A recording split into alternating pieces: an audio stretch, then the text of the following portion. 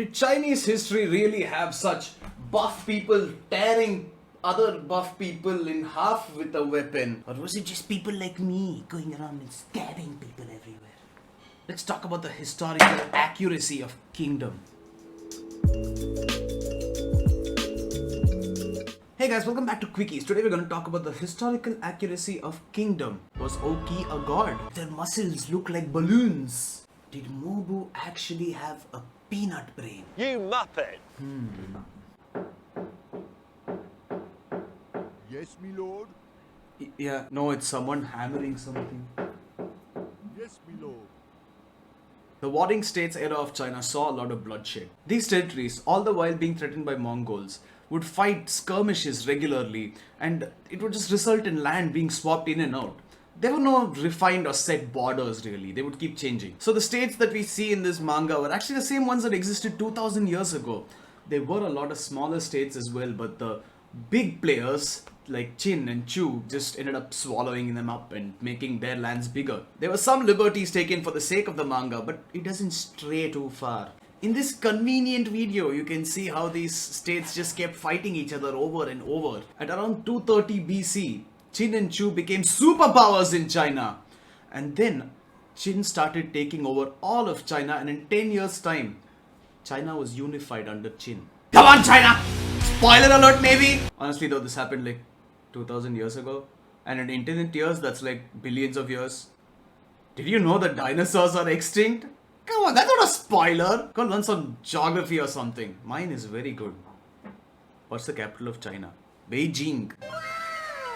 But now that we are diving into the characters, spoiler alert! The 10-year campaign led by Ei Sei to unify all of China was actually a real thing. It is based on the real-life campaign by Qin Shi Huang, who became the first emperor of a unified China. Sei also asked mountain dwellers to join his army, and the real life Qin was actually a smaller state that employed tactics from nomads across China known as the Four Barbarians. We see Sei come across many characters in his life, most notably Shin, the protagonist, who was later given the name Shin by Oki. This is based on a general called Li Jin. It's kind of the same name, but the Japanese dialect substitutes L with R, hence the name Ri instead of the name Li. Lolo noa zolo.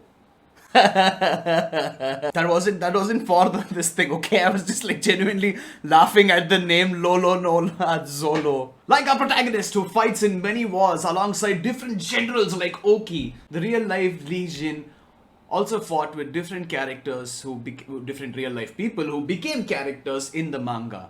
Also, can I just say that Li Shin just sounds like Legion, like Legion War, Legion, Li Shin, Legion. Shin with his Legion leading the land of Qin. Okay, Audie's favorite character from the series, and well, a lot of people's favorite characters for that matter, is based on Wang Yi, a general with surprisingly very little info. The real life counterpart was not that accomplished in life.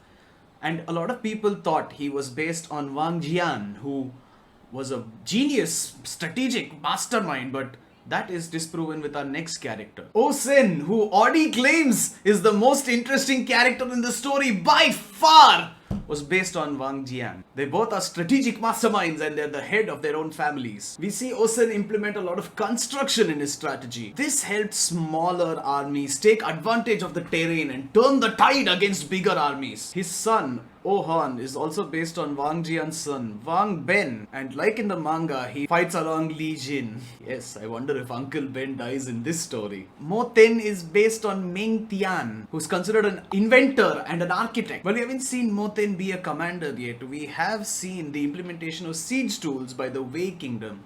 These architects really doing their job. This was primarily used in the Coalition War, where many of these war towers were planted next to the wall. In Kankoku Pass, I have to say this allowed soldiers to scale the Great Wall to open the door from inside.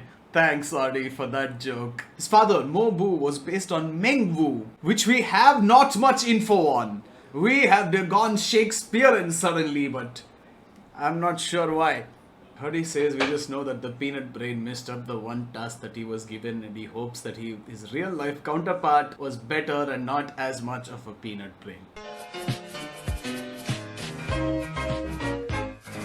The manga does justice to a lot of other aspects, like troop formations or movements and weaponry of the time, but explaining all of those will kind of defeat the purpose of this video. So if you'd like to see something like that, where we explain the troop formations, movements and weaponry, which Audi has gladly agreed to research and make a detailed explanation of, let us know in the comments down below, and we will gladly slave Audi away to make it for you. That's it for this episode of Quickies. We hope you liked it, and we hope you will definitely ask us for more very, very in-depth topics that will give Audi a lot of work. Like, share, follow, and we shall be back next week with Audi's toils.